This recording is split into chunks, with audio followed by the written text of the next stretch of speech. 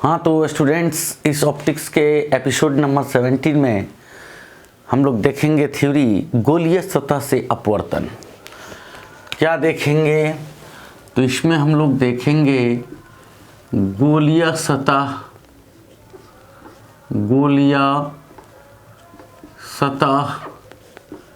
से अपवर्तन। यानी इसमें हम लोग क्या देखेंगे? इसमें हम लोग देखेंगे refraction through a spherical surface. Refraction through a spherical surface यानी गोलीय सतह से अपवर्तन। ठीक है, तो ये गोलीय सतह क्या होता है, ये स्फेरिकल सतह क्या होता है? तो अगर इसे हम लोग मान लें क्या, तो ये एक ग्लास का एक पाइप है, एक सघन पाइप है, एक ठोस पाइप है, सॉलिड पाइप। अगर उसका हम लोग ये हिस्सा ऐसे काट लेते हैं तो ये जो भाग प्राप्त होगा, अब ये जो कहलाएगा, ये कहलाएगा स्फेरिकल सरफेस। ये जो पार्ट हम लोगों को मिलेगा, ये पार्ट कौन सा मिलेगा? तो ये स्फेरिकल सरफेस कहलाएगा। और ये उभरा हुआ तल है तो इसको कहेंगे कन्वेक्स स्फेरिकल सरफेस यानी उत्तल गोलीय सतह। और अगर इसी पार्ट को हम लोग ऐसे काटते हैं तो ऐसे काटने पर ये जो भाग आएगा, ये जो भाग होगा, ये धंसा हुआ होगा, तो ये क्या कहलाएगा? अवतल गोलीय सतह यानी कॉनकेव स्फेरिकल सरफेस। तो हम लोग सभी प्रकार के गोलीय सतहों में गोलीय सतह से अपवर्तन का सूत्र प्राप्त करेंगे, जो क्या होता है μ2/v minus μ1/u equal to μ2 minus μ1/r। तो गोलीय सतह किससे बनाया जाता है? तो किसी ठोस कांच के बेलन से उत्तल या अवतल जो सतह बनाया जाता है, किसी ठोस कांच के बेलन का एक सतह जो है उत्तल या अवतल बना दिया जाता है, तो उसे क्या कहते हैं? तो उसे स्फेरिकल सरफेस कहते हैं। अगर हम लोग बात करें गोलीय सतह से अपवर्तन की, अगर रियल इमेज की बात करें, किसकी बात करें? तो रियल इमेज की बात करें, कई तरह से इसको सिद्ध किया जा सकता है। यानी हम लोग किसकी बात कर रहे हैं? तो वास्तविक प्रतिबिंब के लिए, यानी किसी गोलीय सतह में वास्तविक प्रतिबिंब बन रहा हो तब की हम लोग बात कर रहे हैं। तो यहाँ हम लोग मान लेते हैं कि ये क्या है? तो ये एक स्फेरिकल सरफेस है, ये एक गोलीय सतह है। इसका नाम हम लोग मान लेते हैं SS डैश स्फेरिकल सरफेस, और ये इसका मिडिल पॉइंट P हो गया। यानी इस स्फेरिकल सरफेस में, इस गोलीय सतह में जो कोई भी दूरी है वो कहाँ से मापी जाएगी? तो वो ध्रुव से मापी जाएगी। तो ये हम लोगों का एक गोलीय सतह हो गया SS डैश। और ये गोलीय सतह ये किसी गोले का भाग है, तो इसका कहीं ना कहीं क्या होगा? तो इसका कहीं ना कहीं सेंटर होगा। ठीक है, अब यहाँ हम लोग मान लेते हैं कि यहाँ कोई ऑब्जेक्ट है, कोई वस्तु है, कोई ल्यूमिनस ऑब्जेक्ट, कोई प्रकाशीय वस्तु है, और यहाँ से प्रकाश की किरण चल रही है, आपतित किरण। ऐसे करोड़ों किरणें इस वस्तु से चलेंगी तो उसका इमेज बनेगा। तो मान लेते हैं कि यहाँ से प्रकाश की एक किरण चल रही है, तो ये विरल से सघन में जाना चाहती है। ये जो माध्यम हो गया वो क्या हो गया? ये विरल। और ये कांच वाला माध्यम क्या हो गया? तो ये हो गया सघन। यानी जहाँ से चलना शुरू करे प्रकाश की किरण, वो माध्यम एक ये हो गया जो है रेयर, जिसको हवा कह सकते हैं। और ये माध्यम सेकेंड हो गया जिसे डेंसर मीडिया या क्या कह सकते हैं? तो इसे ग्लास म्यूजी कह सकते हैं। तो जब ये प्रकाश की किरण विरल से सघन माध्यम की ओर चलने वाली होती है और पहुंचती है इस गोलीय सतह पर, तो इसे अभिलंब की ओर मुड़ना है। तो अभिलंब कौन है? तो हम लोग समझ चुके हैं कि कोई भी जो वक्र सतह है तो इसका कहीं ना कहीं सेंटर होगा। तो इस सेंटर से होकर कोई भी रेखा जो जाएगी वो क्या होगी, वो नॉर्मल होगी, क्योंकि सतह पर खींची गई स्पर्श रेखा के साथ वो रेखा हमेशा 90 डिग्री का कोण बनाएगी। ठीक है, तो सी से होकर जाने वाली कोई भी रेखा क्या होती है, नॉर्मल होती है। तो यहाँ है सी आपका, और यहाँ से होकर के ये रेखा जा रही है, तो इसको क्या मान लिए, इसको मान लिए नॉर्मल। तो ये आपतित किरण इंसिडेंस रे और ये अभिलंब, तो ये आपतित किरण और लंब के बीच का कोण क्या हुआ, तो इनके बीच का कोण हुआ आपतन कोण, एंगल ऑफ इंसिडेंस।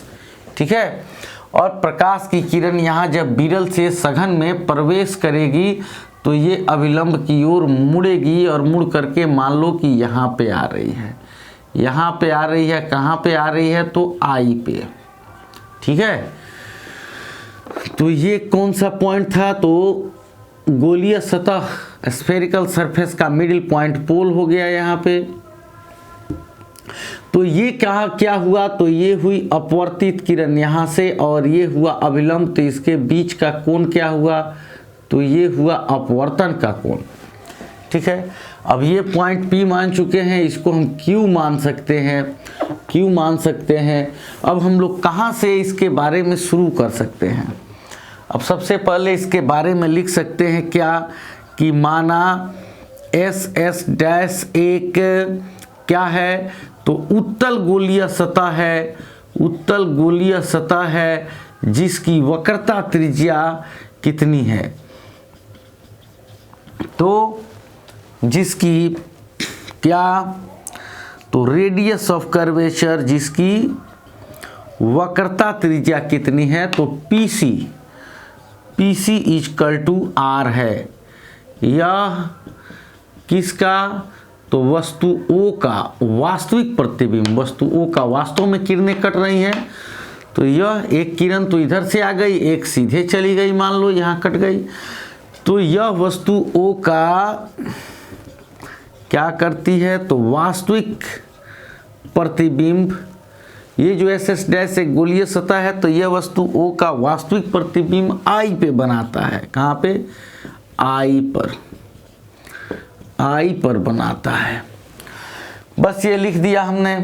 और भी इसमें कुछ लिखना है तो I और R के बारे में लिख सकते हैं कि I एवं R क्या है, तो I एवं R क्रमशः दिख रहा है उसमें आपतित, किसके, आपतित कोण एवं या आपतन कोण एवं अपवर्तन कोण है। कौन से कोण है, अपवर्तन कोण है। ठीक है, तो ये हम लिख सकते हैं कि ये SS डैश क्या है, तो एक स्फेरिकल सरफेस है, या ऑब्जेक्ट O का वास्तविक प्रतिबिंब I पे बनाता है। PC क्या है, तो PC वक्रता त्रिज्या R कहलाएगा, और I और R क्या है, तो आपतन एवं अपवर्तन के कोण हैं। तो यहाँ चूंकि अपवर्तन हो रहा है, तो हम लोग कहाँ से शुरू कर सकते हैं, तो हम लोग शुरू कर सकते हैं फ्रॉम स्नेल्स लॉ, यानी स्नेल के नियम से। तो स्नेल के नियम से हम लोगों को क्या मालूम है, हम लोगों को मालूम है sine I by sine R equal to μ2 by μ1। तो जहाँ से प्रकाश की किरण चलना शुरू करे वो हो गया μ1, जैसे ये रेयर या इसको हवा मान सकते हैं μA, और ये जो यहाँ लिखे भी हैं, और ये डेंसर हो गया, सघन इसमें चला गया μ2। तो साइन I की अगर बात करें, साइन I की, तो अगर यहाँ जो किरणें जो हम लोग दिखाए हैं, यहाँ क्या दिखाए हैं कि ये गोलीय सतह है, यह गोलीय सतह है, यहाँ O से किरण चली और ये C से जाने वाली रेखा नॉर्मल हुई, तो ये आपतन कोण I, और ये किरण अपवर्तित होके कटी कहाँ पे, I पे, तो ये इमेज बना। तो ऐसा नहीं है कि ये जो किरण है वो यहीं से जाएगी, ये यहाँ से भी जा सकती है, यहाँ से भी, यहाँ से भी, यहाँ से भी, ऐसे करोड़ों किरणें चलती हैं। तो अगर हम लोग बात करें इस किरण की, अगर हम लोग बात करें इस किरण की बात करें, तो ये यहाँ से नॉर्मल जाएगा। अगर हम लोग ऐसे बात करें कि ये स्फेरिकल सरफेस है, फिर ये ऑब्जेक्ट है, फिर यहाँ से किरण जा रही है, ये सेंटर ऑफ कर्वेचर है, यहाँ इमेज बन रहा है, तो फिर ये एंगल छोटा होता जाएगा। तो ये जैसे जैसे ये रे नज़दीक आती जाएगी ये छोटा होता जाएगा। तो यहाँ ट्रिगो से हम लोग क्या जानते हैं? अब ट्रिगो से हम लोग जानते हैं क्या कि साइन थीटा में अगर थीटा बहुत छोटा हो, यहाँ लिख सकते हैं कि साइन थीटा में यदि थीटा क्या हो, बहुत छोटा हो, तो साइन थीटा लगभग बराबर थीटा। ठीक है, साइन थीटा में थीटा यदि बहुत छोटा हो तो साइन थीटा लगभग बराबर थीटा। जैसे कि साइन 0.01 डिग्री, साइन 0.01 डिग्री को लिख सकते हैं 0.01, क्योंकि एंगल बहुत छोटा तो उसी के बराबर हो गया। तो यहाँ आप क्या लिख सकते हैं? यहाँ लिख सकते हैं कि उपाक्षीय किरणों के लिए, बट फॉर पराक्सियल रेज, उपाक्षीय किरणों के लिए क्या, तो I एवं R बहुत छोटे होंगे, I एवं R बहुत छोटे होंगे, I एवं R will be very small, तो बहुत छोटे होंगे। तो इसलिए क्या हो सकता है, तो इसलिए साइन I, थीटा का काम I कर रहा है तो I बहुत छोटा हो तो साइन I लगभग बराबर I हो जाएगा, एवं साइन R जो है वो लगभग बराबर R हो जाएगा। हेंस अतः क्या हो जाएगा, तो यहाँ साइन I के जगह पर I लिख देंगे, साइन R के जगह पर R लिख देंगे, और ये हो जाएगा μ2 बाई μ1। तो अब ये इधर गुना होगा तो ये हो जाएगा μ1I इक्वल टू क्या हो जाएगा, ये μ2R हो जाएगा। और इस इक्वेशन का नाम देते हैं इक्वेशन नंबर 1। अब इसमें हम लोगों को क्या ज़रूरत है, तो इसमें हम लोगों को ज़रूरत है इस I और R का वैल्यू यहाँ से रखने का। अब देख रहे हैं कि I और R का वैल्यू हम इसमें कैसे रखें, तो कुछ रास्ता नहीं निकल रहा है। इसके लिए हमने इसको मान लिया अल्फ़ा एंगल, इसको मान लिया बीटा एंगल और इसको मान लिया गामा एंगल, और तब इसको लेकर के आगे बढ़े हम लोग। तो यहाँ लिख सकते हैं क्या कि नाउ इन ट्रिएंगल, अब I और R का वैल्यू इसी से निकालेंगे। तो अगर ये I की बात करें और ये रे जो है, ये रे ऐसे जा रही है, तो I क्या हो गया, बहिष्कोण हो गया, एक्सटीरियर एंगल, जो ये दोनों अंतः कोणों के योग के बराबर होगा। तो I बराबर हो जाएगा अल्फा प्लस बीटा। इसे इक्वेशन A का नाम दे सकते हैं। ये एक्सटीरियर एंगल I क्या हो जाएगा, तो ये अल्फा और बीटा के योग के बराबर हो जाएगा। और फिर आ सकते हैं किसमें, तो इन ट्रिएंगल, अब इसमें आ सकते हैं किसमें, तो QCI में। अच्छा, अभी इस किस ट्रिएंगल में आए थे, तो इसमें आए थे QOC में, QOC में।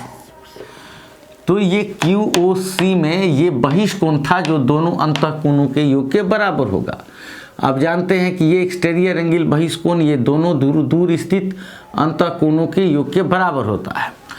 और उसी तरह अब इसमें आ गए QCI में, तो ये त्रिभुज हो गया QCI, और इस QCI में ये हो गया बहिष्कोण बीटा, और ये जो बहिष्कोण हो गया बीटा ये कितना के बराबर होगा, तो ये R और गामा के बराबर होगा, ये R और गामा के बराबर होगा।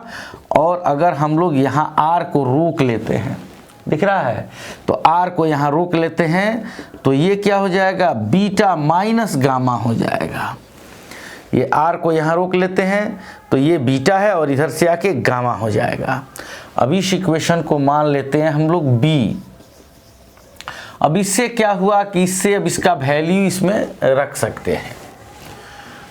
अब यहाँ देख लेते हैं, चलो यहाँ तक है, तो यहाँ लिख सकते हैं now from first A and B से, यानी समीकरण फर्स्ट ए और बी से। तो फर्स्ट क्या है, तो फर्स्ट है μ1, और I का वैल्यू क्या हुआ, तो I का वैल्यू हुआ अल्फा प्लस बीटा, और ये क्या हुआ म्यू टू और आर का वैल्यू क्या हुआ, तो ये हुआ बीटा माइनस गामा। ठीक है बच्चों। तो अब यहाँ पे जो है, अब यहाँ μ1 देख रहे हैं, अब यहाँ पे क्या कर सकते हैं, तो यहाँ पे है, अगर अल्फ़ा की बात करें तो ये हम लोग जानते हैं ये ऑलरेडी कि किसी वृत्त में जो ये कोण बराबर होता है, ये जो कोण बराबर होता है वो चाप बट्टा त्रिज्या के बराबर होता है। तो यहाँ कोण अल्फ़ा है, तो अल्फ़ा कोण कितना के बराबर होगा बताओ, यहाँ अल्फ़ा कोण कितना के बराबर होगा, तो ये कोण बराबर चाप हो गया पी क्यू और त्रिज्या पी ओ, क्योंकि प्रिंसिपल एक्सिस पे लेना है, इस पे तो लेना नहीं है, और ये भी पैरेक्सियल रेज है तो ये और ये लगभग बराबर ही होंगे। तो अल्फ़ा कोण बराबर चाप बट्टा त्रिज्या यानी P Q by P O, तो ये हो जाएगा P Q by P O. ये बीटा क्या हो जाएगा, तो बीटा के सामने चाप क्या हो गया पी क्यू और त्रिज्या पी सी, तो P Q by P C. और अगर गामा की बात करें तो गामा एंगल कितना के बराबर होगा, तो कोण के सामने चाप हो गया ये पी क्यू और त्रिज्या P I, P Q by P आई। तो इस तरह से हम लोग इसका वैल्यू रख सकते हैं। तो अगर हम लोग बात करें यहाँ पर, अगर यहाँ बात करें हम लोग यहाँ पर μ1 की, तो अल्फ़ा कोण बराबर चाप बट्टा त्रिज्या, चाप पी क्यू और त्रिज्या पी ओ, तो P Q by P O, तो यहाँ हो जाएगा पी क्यू बाई यहाँ हो जाएगा पी ओ प्लस। अगर बीटा की बात करें तो बीटा के सामने कोण बीटा हो गया चाप हो गया पी क्यू त्रिज्या पी सी, तो P Q by P C, तो यहाँ हो जाएगा P Q by P C. और फिर यहाँ μ2, और फिर यहाँ हम लोग क्या देख रहे हैं, हम लोग फिर यहाँ देख रहे हैं क्या कि बीटा है, तो बीटा का वैल्यू यहाँ रख देंगे P Q by P C minus, अब आया यहाँ पे गामा, तो गामा यहाँ पे आया तो कोण के सामने चाप हो गया पी क्यू और त्रिज्या पी आई, तो ये हो गया पी क्यू बाई पी आई। तो अब यहाँ क्या हुआ, अब यहाँ बच्चों μ1 है और इसमें से क्या कर दिया हमने, तो पी क्यू को कॉमन कर दिया, तो क्या बचा 1 बाई पी ओ और प्लस 1 बाई पी सी, और यहाँ μ2 और यहाँ भी पी क्यू का कॉमन हो गया। तो अब यहाँ क्या बचेगा, तो यहाँ बचेगा यहाँ μ2 और ये पी क्यू कॉमन हो गया, तो यहाँ बचेगा 1 by P C minus 1 by P I, 1 by P I बच जाएगा। ठीक है,